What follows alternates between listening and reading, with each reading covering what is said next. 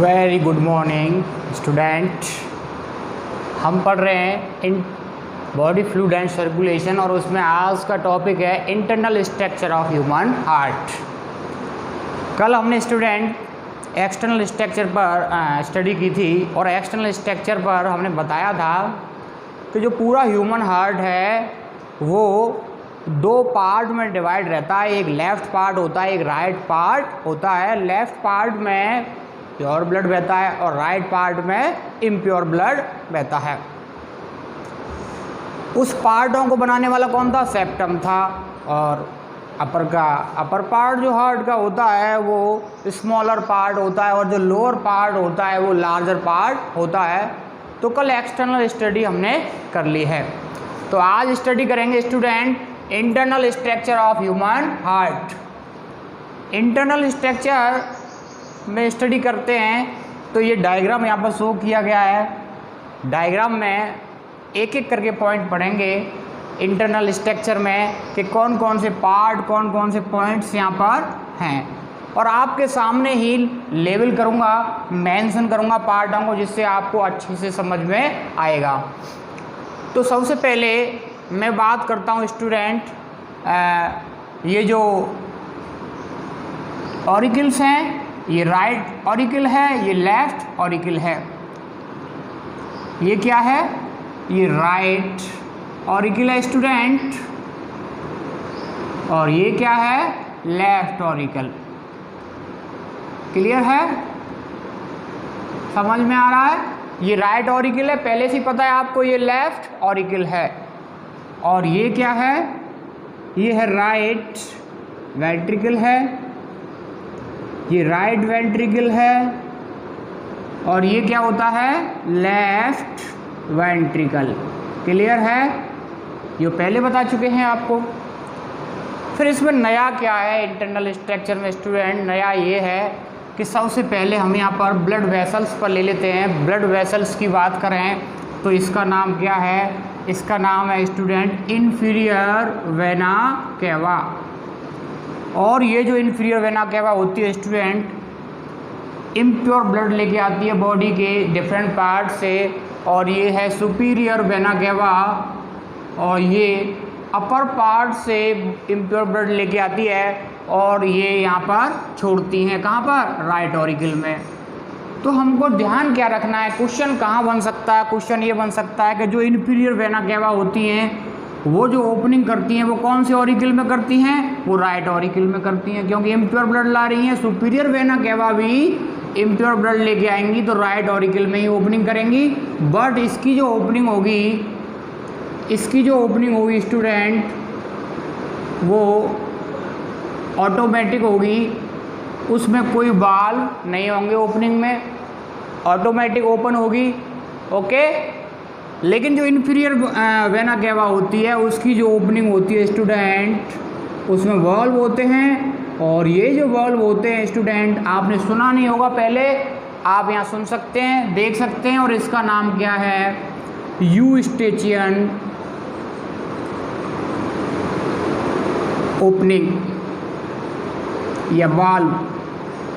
कौन सा वाल्व है स्टूडेंट? यूस्टेचियन वाल्व है, बहुत ही मोस्ट इम्पोर्टेंट वाल्व है। और सुपीरियर वेना केवा जो खुलेंगी राइट ऑरिकल में, उसमें कोई वाल्व नहीं होता है ओपनिंग में, लेकिन जो इन्फीरियर वेना केवा ओपनिंग करती हैं राइट ऑरिकल में, ये वाल्व से ओपन होती हैं। वाल्व क्या करता है? इनको रेगुलेट करता है। जब चाहेगा ये, जब वाल्व खुलेगा, वाल्व के हिसाब से यहाँ पर ओपनिंग होती है, और उस वाल्व का नाम क्या है? यूस्टेचियन वाल्व है। कल कोरोनरी सल्कस में बताया था स्टूडेंट कि कोरोनरी सल्कस जो होता है उसके अंदर कोरोनरी वेन होती हैं और हार्ट से इम्प्योर ब्लड लेके आती हैं, और वो जो इम्प्योर ब्लड है वो भी राइट ऑरिकल में खुलेगा, तो उसकी भी ओपनिंग्स यहीं पर मिलेंगी, और वो ओपनिंग्स ये हैं। और ये जो ओपनिंग है ये भी वाल्व से ओपन होती है स्टूडेंट, और इन वाल्व को क्या कहते हैं? इन वाल्व को हम थीवेसियन वाल्व कहते हैं। थीवेसियन वाल्व। ओके। बॉल्व नंबर 2 ध्यान रखना, थीवेसियन बॉल्व होते हैं, उनकी ओपनिंग की वजह से कोरोनरी वेन यहाँ पर खुलती हैं। इस तरह से 2 बॉल्व आपके सामने आ गए। और ओपनिंग कहाँ कहाँ होती है student? Opening 4 openings left auricle में होती हैं। सबसे पहले ओपनिंग्स पे बात कर रहे हैं, कहाँ कहाँ से ओपनिंग हो रही है ब्लड की। यहाँ पर प्योर ब्लड की ओपनिंग होगी और यहाँ पर इम्प्योर ब्लड की ओपनिंग होगी। और जो लेफ्ट ऑरिकल में जो ऑरिकल है, लेफ्ट ऑरिकल है, इसमें 4 ओपनिंग होती हैं जो लंग्स से पल्मोनरी जो वेन आती हैं, प्योर ब्लड लेके आती हैं। और उन प्योर ब्लड की यहाँ पर 4 ओपनिंग हैं, लेकिन कोई भी ओपनिंग बॉल्व से गार्डेड नहीं रहती है। यानी कि जो pulmonary vein pure blood lungs से लेके आएगी लेफ्ट ऑरिकल में, जब ओपनिंग होंगी तो 4 ओपनिंग है। क्वेश्चन पूछा जाता है कितनी ओपनिंग है? 4। और चारों ओपनिंग ऑटोमेटिक होती हैं, कोई वॉल्व उसको कंट्रोल नहीं करता। तो ओपनिंग्स क्लियर है स्टूडेंट? ओपनिंग्स कौन कौन सी हैं? इन्फीरियर वेना केवा की ओपनिंग है, वो काय से गार्डेड है? यूस्टेचियन बॉल्व से। सुपीरियर वेना केवा की ओपनिंग है, वो किसी से गार्डेड नहीं है, ऑटोमेटिक खुलेंगे, ऑटोमेटिक बंद होंगे। और कोरोनरी वेन जो कि पूरे हार्ट से इम्प्योर ब्लड लेके आती हैं, और वो उनकी ओपनिंग राइट ऑरिकल में है, आप देख रहे हैं यहाँ पर। और ये वॉल्व से गार्डेड हैं, और उस बॉल्व का नाम क्या है? थीवेसियन बॉल्व है, और इसका नाम था यूस्टेचियन बॉल्व। और ओपनिंग कौन सी है स्टूडेंट? ये 4 ओपनिंग लेफ्ट ऑरिकल में मिलती हैं, और चारों ओपनिंग ऑटोमेटिक होती हैं, किसी भी बॉल्व से गार्डेड नहीं होती। और ये चारों ओपनिंग किसकी हैं? ये चारों ओपनिंग ये हैं 4 ओपनिंग्स, किसकी हैं ओपनिंग्स? ऑफ पल्मोनरी वेन्स की ओपनिंग हैं, जो क्या करेंगी? प्योर ब्लड यहाँ पर लेके आएंगी। इस तरह से हमने ओपनिंग्स के बारे में यहाँ डिस्कस कर लिया है। अच्छे से समझ में आ गया होगा बेटा ओपनिंग को। अब बात क्या करते हैं स्टूडेंट? अब बात कर लेते हैं ब्लड वेसल्स पर। कौन कौन सी ब्लड वेसल्स हैं ये आप जानते ही हो। इसका नाम क्या है? ये जो ब्लड वेसल है ये है सिस्टेमिक, ये है सिस्टेमिक एओर्टा है। और ये क्या है स्टूडेंट? ये जो स्ट्रक्चर है ये है पल्मोनरी एओर्टा। क्या होता है ये? पल्मोनरी एओर्टा है। इम्प्योर ब्लड को राइट वेंट्रिकल से पल्मोनरी एओर्टा क्या करता है? 2 ब्रांच में डिवाइड होके लेफ्ट लंग्स और राइट लंग्स में लेके जाता है। क्लियर है? और ये है सिस्टेमिक एओर्टा। ये क्या करता है? ये जो सिस्टेमिक एओर्टा होता है स्टूडेंट, ये लेफ्ट वेंट्रिकल से प्योर ब्लड लेके और ये यहाँ ओपन हो रहा है और बॉडी ऑर्गन्स के लिए क्या करेगा? सप्लाई करेगा। ये आप पहले भी जान चुके हैं।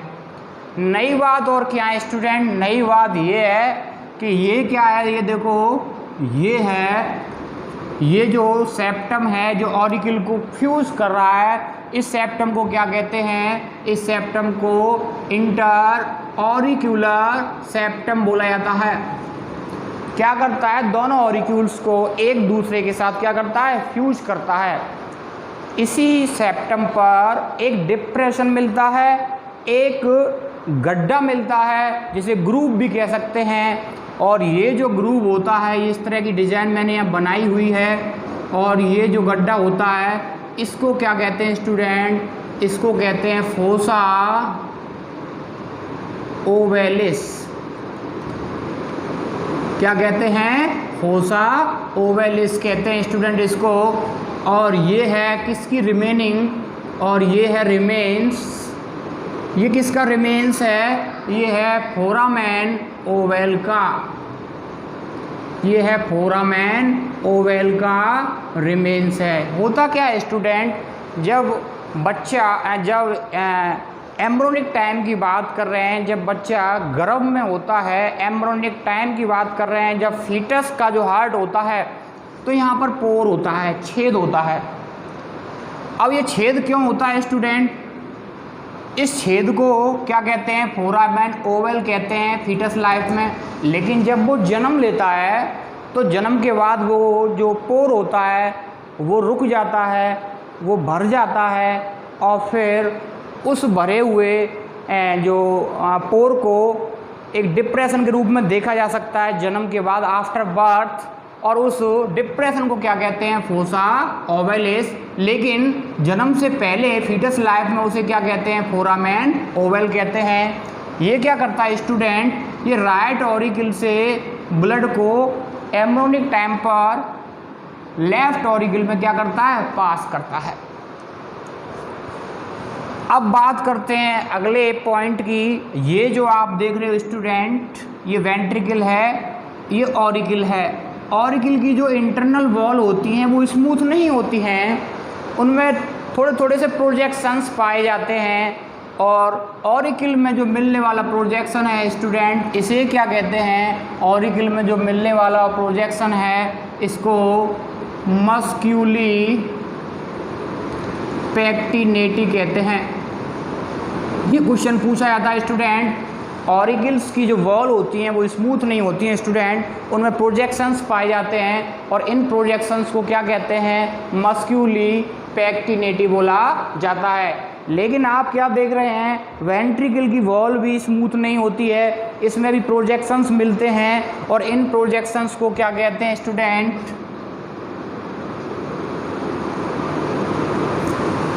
इन प्रोजेक्शंस को मस्क्यूली पैक्टिनेटी तो नहीं कह सकते, इसको कॉर्नी बोला जाता है।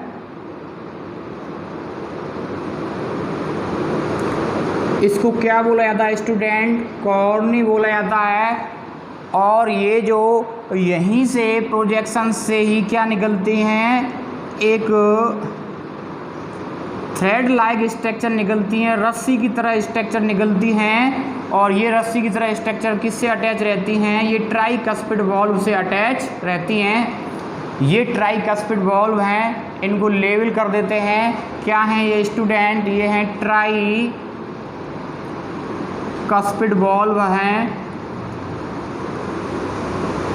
जिस तरह से लगाम जो है घोड़े को खींचती है और उसे गलत रास्ते पर नहीं जाने देती है, उसी तरह से स्टूडेंट ये जो 10D कॉर्नी हैं,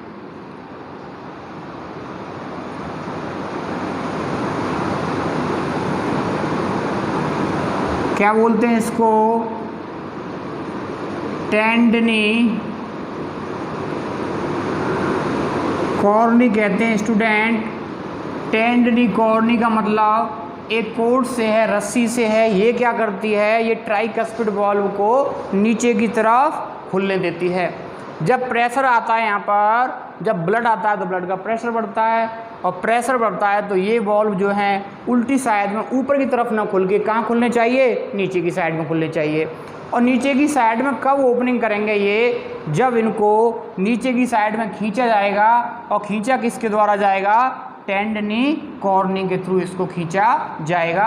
और यहाँ पर स्टूडेंट जो प्रोजेक्शंस निकल रहे हैं, इन्हें मसल्स बाहर निकल रही हैं, इन्हें पेपिलरी मसल्स कहते हैं। क्या कहते हैं? Papillary muscle. ओके, तो टेंडनी कॉर्नी यहाँ भी होंगे स्टूडेंट। ये क्या करेंगे? ये बाइकस्पिड वॉल्व से अटैच रहेंगे और बाइकस्पिड वॉल्व की ओपनिंग को गलत डायरेक्शन में ओपन नहीं होने देंगे। इन वॉल्व को भी बाइकस्पिड वॉल्व हैं, आप जानते हैं। लेफ्ट साइड में क्या होते हैं? बाइकस्पिड वॉल्व होते हैं और इन्हें मीट्रल वॉल्व भी बोला जाता है स्टूडेंट। क्या बोला जाता है? मीट्रल वॉल्व। ये नीचे की तरफ ओपन करते हैं। जैसे ही प्योर ब्लड का प्रेशर यहाँ आता है तो कहाँ पर नीचे की तरफ ओपनिंग करते हैं तो ब्लड कहाँ आ जाता है? नीचे आ जाता है। लेकिन कभी कभार ये ऊपर भी खुल सकते हैं क्योंकि यहाँ भी प्रेशर ऑरिकल से ज़्यादा वेंट्रिकल में होता है, इसलिए नीचे का प्रेशर ज़्यादा होने की वजह से ये valve, tricuspid valve, bicuspid valve ऊपर की साइड में खुल सकते हैं। यानी कि जो ब्लड आया है वेंट्रिकल में वो वापस कहाँ जा सकता है? ऑरिकल में जा सकता है। इसलिए इनकी ओपनिंग कहाँ हो? सही डायरेक्शन में हो। इसके लिए क्या होते हैं? 10D कॉर्नी होते हैं। राइट वेंट्रिकल में भी होते हैं, लेफ्ट वेंट्रिकल में भी होते हैं। ये बॉल्व के इन्वर्जन को रोकते हैं, उसको गलत डायरेक्शन में खुलने से रोकते हैं। बॉल्व नीचे की साइड में खुलने चाहिए। और स्टूडेंट ये आपके समझ में आ गया होगा, ये इंटर ऑरिकुलर सेप्टम है, यहाँ पर डिप्रेशन मिलता है, डिप्रेशन को फोसा ओवेलिस कहते हैं। जन्म के बाद ये जो डिप्रेशन है, जन्म से पहले यहाँ पर पोर था, लेकिन जन्म के बाद ये पोर भर जाता है और ये भरने के बाद एक गड्ढे के रूप में दिखाई देता है, डिप्रेशन के रूप में दिखाई देता है, और इसीलिए कहते हैं फोसा ओवेलिस क्या है, रिमेन्स है क्या फोरामेन ओवल का वो during fetus life, during fetus life, यानी कि जब बच्चा माँ के पेट में होता है, फीटस लाइफ में यहाँ पर पोर होता है और जन्म के बाद ये पोर एक डिप्रेशन के रूप में रह जाता है। ये आप देख रहे हैं, ये क्या है स्टूडेंट, ये है इंटर वेंट्रिकुलर सेप्टम। ये क्या करता है, दोनों वेंट्रिकल्स को अटैच रखता है। इसके अलावा और हम क्या देख सकते हैं स्टूडेंट, यहाँ से देखिए, ये जो पल्मोनरी आर्टरी है और ये जो पल्मोनरी आर्टरी है, इसमें भी बॉल्व होते हैं स्टूडेंट, जिन्हें सेमील्यूनर बॉल्व कहते हैं। सेमील्यूनर बॉल्व सिस्टेमिक एओर्टा में भी होते हैं। अब ये जो पल्मोनरी आर्टरी यूँ से जा रही है, एक लेफ्ट साइड में ब्रांच हो गई, एक राइट साइड में ब्रांच हो गई, और ये सिस्टेमिक एओर्टा जा रहा है। तो ये यहाँ पर रेड कलर की जो स्ट्रक्चर दिख रही है, ये मोस्ट इंपॉर्टेंट स्ट्रक्चर है, इस पर भी क्वेश्चन नीट के एग्जाम में पूछा जाता है। होता क्या है स्टूडेंट, जब बच्चा एम्ब्रियोनिक लाइफ में होता है, एम्ब्रियोनिक लाइफ के टाइम पर बच्चे के लंग्स तो काम नहीं करते, तो फिर प्योर ब्लड कैसे मिलेगा उसको, वो मदर के ब्लड से ही ऑक्सीजन लेता है और मदर के ब्लड में ही क्या छोड़ता है, कार्बन डाइऑक्साइड।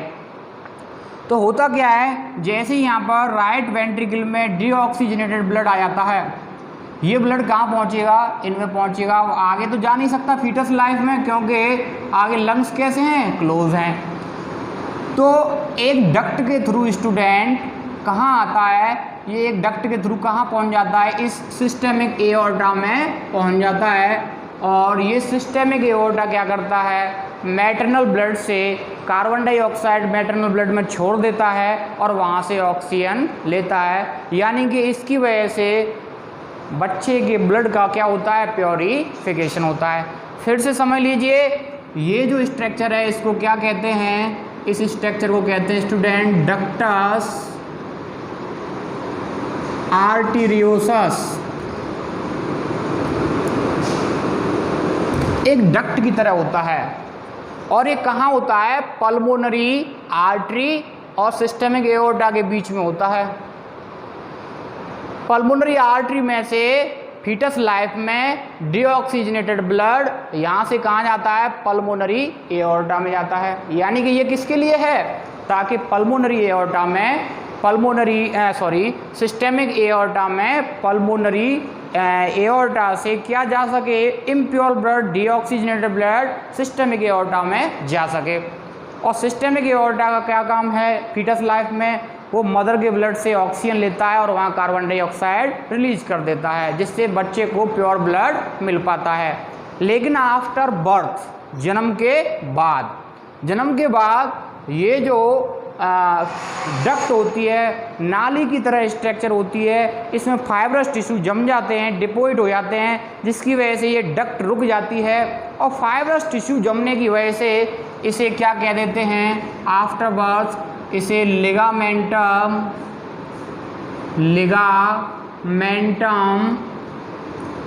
आर्टेरियोसस कह देते हैं।